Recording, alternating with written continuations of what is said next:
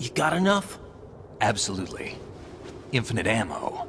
Welcome to MojoPlays. I am very sick, and today we are trying our best to not upset Kojima with 10 times Metal Gear Solid made no sense. For this list, we'll be looking at the long-running, convoluted, and almost always strange Metal Gear series to find those moments that push the boundaries of reality just a little bit too far, even for their own in-game universe. Do you agree with this list? Let us know in the comments below. Before we continue, we publish content all week long, so be sure to subscribe and ring the bell to get notified of our latest videos. Infinite Ammo Bandana. Come on, time to go. Look, there are a lot of story and plot-related things in Metal Gear Solid that we should be focusing on, but we couldn't make a list of things that make no sense in MGS without mentioning the Infinite Ammo Bandana. In almost all MGS games, players can unlock this item by completing a playthrough and sticking to particular parameters. Once acquired, the player can make their way through the game on another playthrough with, that's right, unlimited ammunition. We could let this go as a fun extra game mechanic, but they folded it into the lore in Metal Gear Solid 2. You got enough? Absolutely. Infinite ammo. This makes no sense, Snake. How does it work, Snake? Snake? Snake! Venom Snake's Shrapnel. In the lead up to MGS5 The Phantom Pain, our protagonist Venom Snake is involved in an incident that leaves him with a large piece of shrapnel sticking out of his skull. The shrapnel was unable to be removed because it's also embedded in his brain. Ignoring the medical anomaly that is someone with metal lodged in their brain, not only retaining complete function of their body but excelling, couldn't someone have shaved it down a little bit? One knock to that thing and it's going far enough into the brain that no ration could save it. There's also the fact that if the character is naughty enough, it grows like a horn. We don't have nearly enough time for this list. Moving on. The Sorrow. The Sorrow. Is that you? Sure, it might be silly to focus in on this particular member of Metal Gear Solid 3's Cobra unit, especially when you've got a man who can summon bees, a self-mutilating Spider-Man, and a 100-year-old sniper who runs like Usain Bolt, but the Sorrow takes the cake for just kinda not making sense. First of all, he's a ghost, so ghosts just straight up exist now, but he also has some impact over the weather of the real world whenever he's around. He was able to guide Snake through the spirit world and also help him in the real world. When he was alive, he was a medium for the dead, but does that automatically mean that when he's dead, he's a medium for the living? I guess so. Wait, am I going to be making MojoPlays videos in heaven? Oh, Jesus. It's time we go to the depths of hell itself.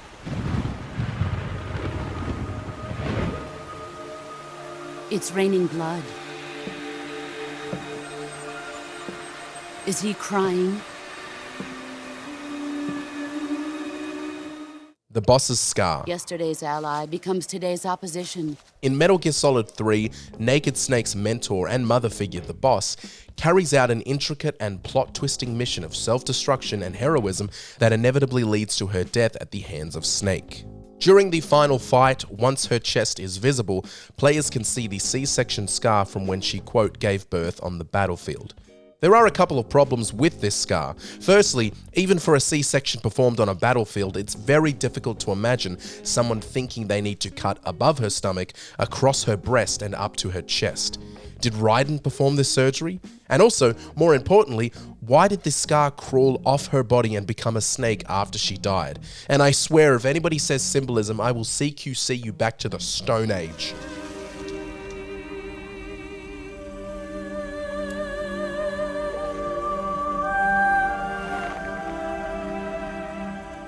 The de-evolution of Metal Gear.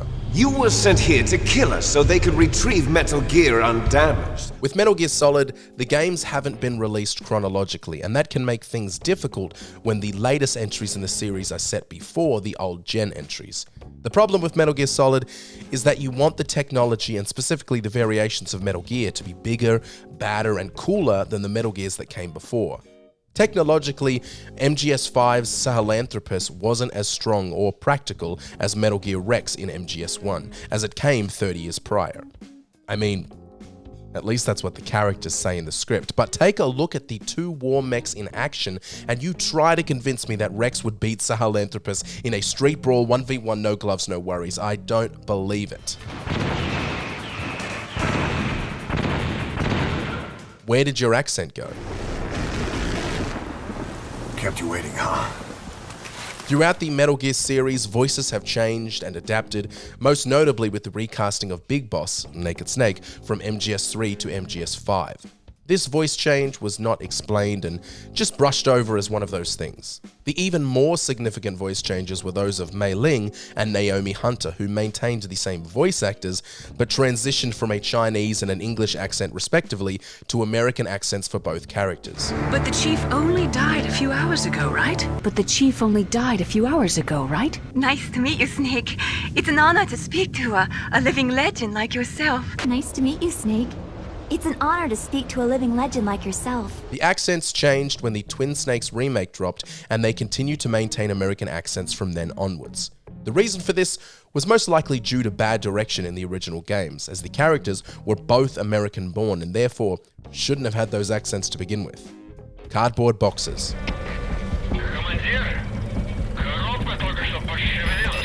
Okay, this one is a little silly, we understand, but try to level with this a little. The idea throughout the Metal Gear Solid games that these different protagonist variations, who are all tactical espionage experts, would carry and use cardboard boxes as a means of camouflage is so silly that we borderline love it. The cardboard box has become a staple of the series, and we understand why. It is hilarious, but why are there so many cardboard boxes around? Where does Snake put the cardboard box? Is nuclear material delivered in cardboard? What is happening at Shadow Moses? Good God. Pliskin, I saw someone wearing a cardboard box just now. A box? I don't know anything about that. Meowsalot. Metal Gear Solid is a series that is not immune to cringe. A good amount of the dialogue, the overdramatic characters, Metal Gear survive. There are some moments that definitely make us sink into our chairs. Metal Gear Solid 3 has one of these moments. Well, actually, it has a lot of these moments. It is easily the best entry in the series, don't get us wrong, but when Ocelot, who is usually quite cool and collected, decides to call his Ocelot unit, he lets out a harrowing meow. We get it. Ocelots, cats, meow, whatever. This idea definitely needed another opinion in the mix, because if I heard my boss let out that noise, I'd quit. I hate to disappoint the Cobras, but you're mine now. Quiet makes no sense. She breathes through her skin. Clothing would suffocate her. Quiet from Metal Gear Solid 5 is an interesting case of stop asking so many questions. During the prologue of the Phantom Pain, she sustains serious injuries after being lit on fire. Because of this, she can now only breathe and drink through her skin. Wait, no, that can't be right. No. Yep, that's correct.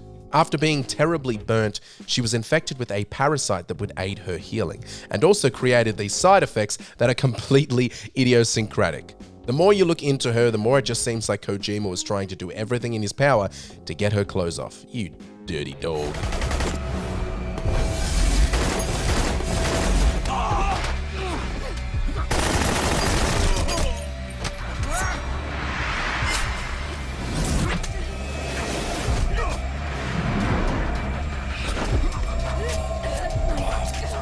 The Patriots. Solid Snake's sudden appearance, your arrival.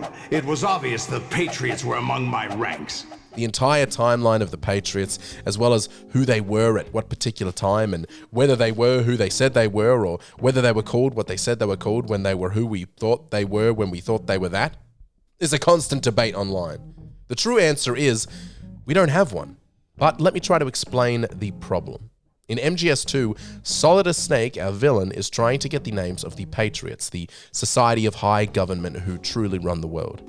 It is discovered, though, that the Patriots have been dead for over 100 years. This directly conflicts with the deaths of the original Wise Men Committee dying in the 30s and the actual formation of the group officially known as the Patriots in the 70s. The philosophers and the Patriots are known well and truly as separate entities, yet the writing in some of these moments suggests that not everybody on the scripting team has remembered this, or there are some details we don't know.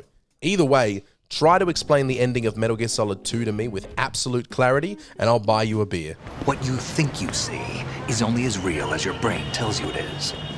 Did you enjoy this video?